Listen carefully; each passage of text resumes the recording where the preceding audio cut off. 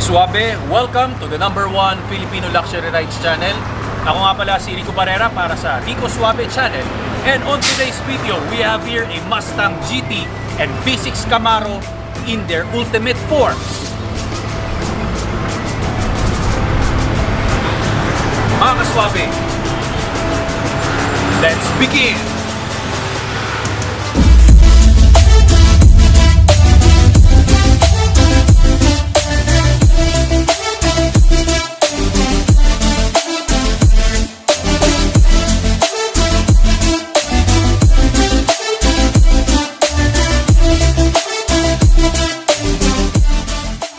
Magandang araw sa inyo Kaswabe, and before anything else, for making this video possible, pasalamat muna tayo sa S5S dahil sila ang partner natin sa ating channel. And ang pag-uusapan natin ngayon, if you have a Mustang GT or the EcoBoost, or you have a V6 Camaro or a Turbo Camaro, you can go here sa S5S para gawin natin yung ultimate forms nila, wherein it is the top of the line. Ang pinakababaguhin natin ay yung appearance niya. Take note, appearance lang, nothing to do with the horsepower or anything. Kumbaga, mas papapugiin lang natin.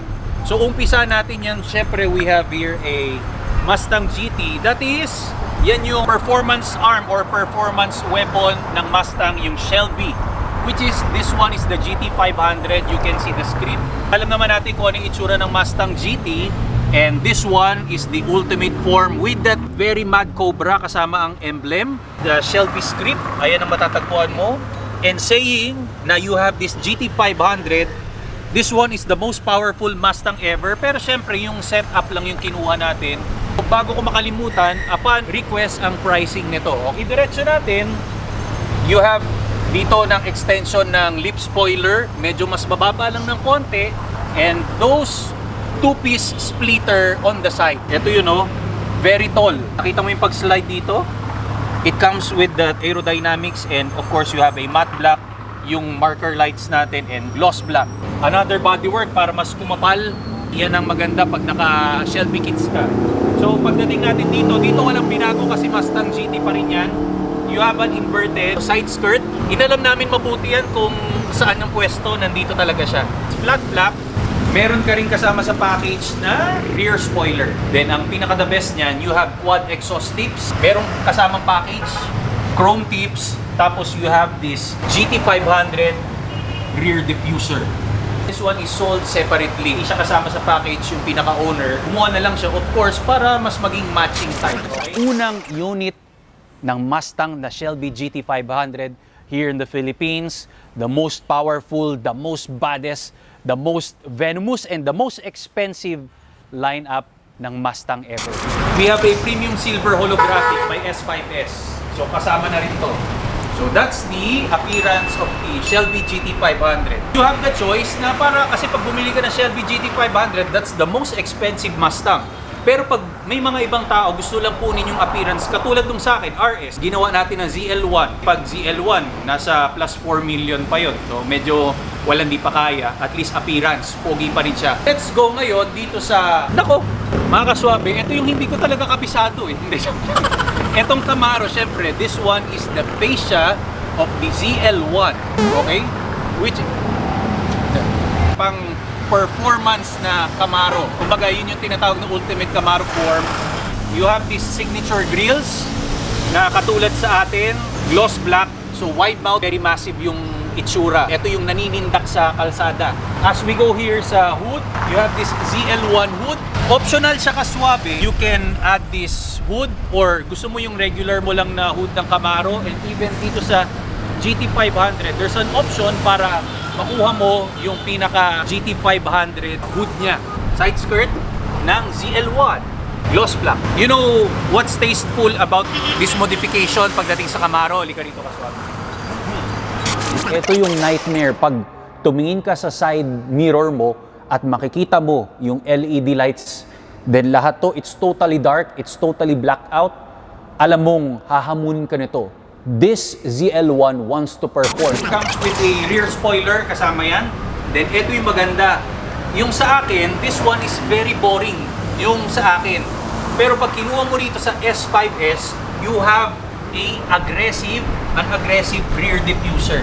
Pero yung in-order ko, walang kasama yan.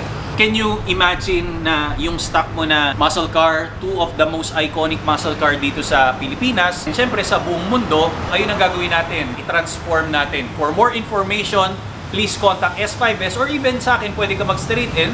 Huwag mo kakalimutan i-mention ang RICOSWABE YouTube channel. Kung may kailangan ka rin when it comes sa mga foil, we offer wrapping. Ang ginagamit dito yung mga premium foil, hindi yung katulad ng mga industrial foil na pag nilagay, yung quality nawawala kagad.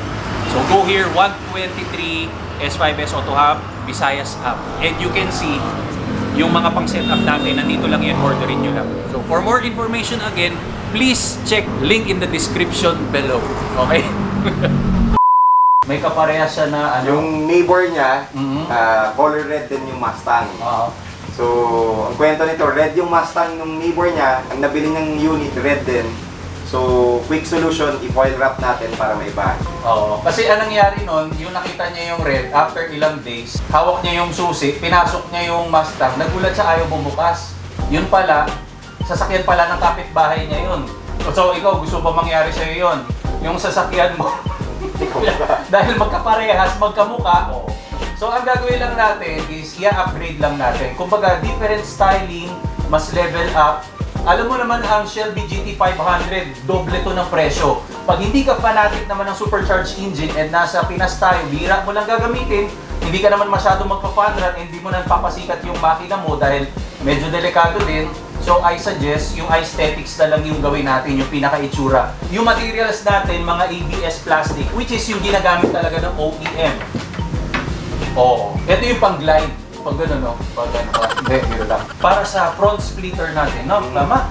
Next big piece. Ito ang rear diffuser. So sa conversion And mamaya papakita natin, meron tong kasamang quad exhaust. Ah, meron din? Oo. So, diba? dalawang exhaust dito, dalawa dito. Mamaya papakita natin. Nasa ano to? Front bumper, side air vents ng front bumper. Ito sa grill naman to. Sa lower grill naman to. So, ganito yung styling niya. Okay? Nasa rear bumper. Pero I'm not sure because hindi tayo perfecto, di ba? So, okay lang yan. So, ano na natin to? O, basta ha? Oh, ang ganda, di ba? And, ang matindi nito, magmumukhang Shelby GT500 yung Mustang natin, pero at the cost of lang. Front bumper, GT500. Isa sa mga binabayaran is the emblem of the Cobra. Yung hawak ni Sir Spike naman, side splitters. Meron na tayong side skirt. Then ito, yung palaman sa pinaka ilalim naman. So more aggression, meron siyang parang wing doon. Ang ganda kagad tingnan mga kaswabe, oh. Kasi nakaporma kagad, oh. Ay, ito matindi. Kasi, ay, ang ganda. Buo pa hanggang rear mismo. Hindi lang siya basta yung diffuser. Kasi we have yung diffuser kanina. Ayan. O, nakaganito siya. Ayan yan. Para makita nila. Kaswabe. Oo. Magnificent. Rear bumper, diffuser. Yan yung mga included. And syempre, this one is the Shelby GT500 front fascia. Unboxing and unplasticking. Lahat yung extension, dito lahat yun. Included lahat. Madali lang siya i-assemble. Mga 48 years, tapos na siya. Yan, ganda. So dito natin mamaya ilalagay yung mga upper grill, lower grill, yung logo. Placement.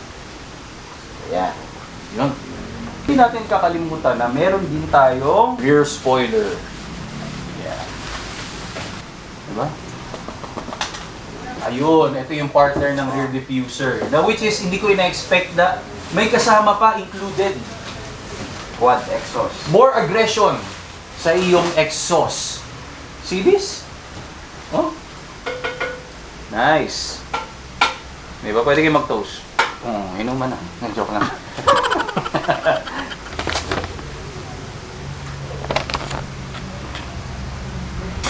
And on today's video, we have here an off-road retro machine. Ladies and gentlemen, it's the FJ Cruiser.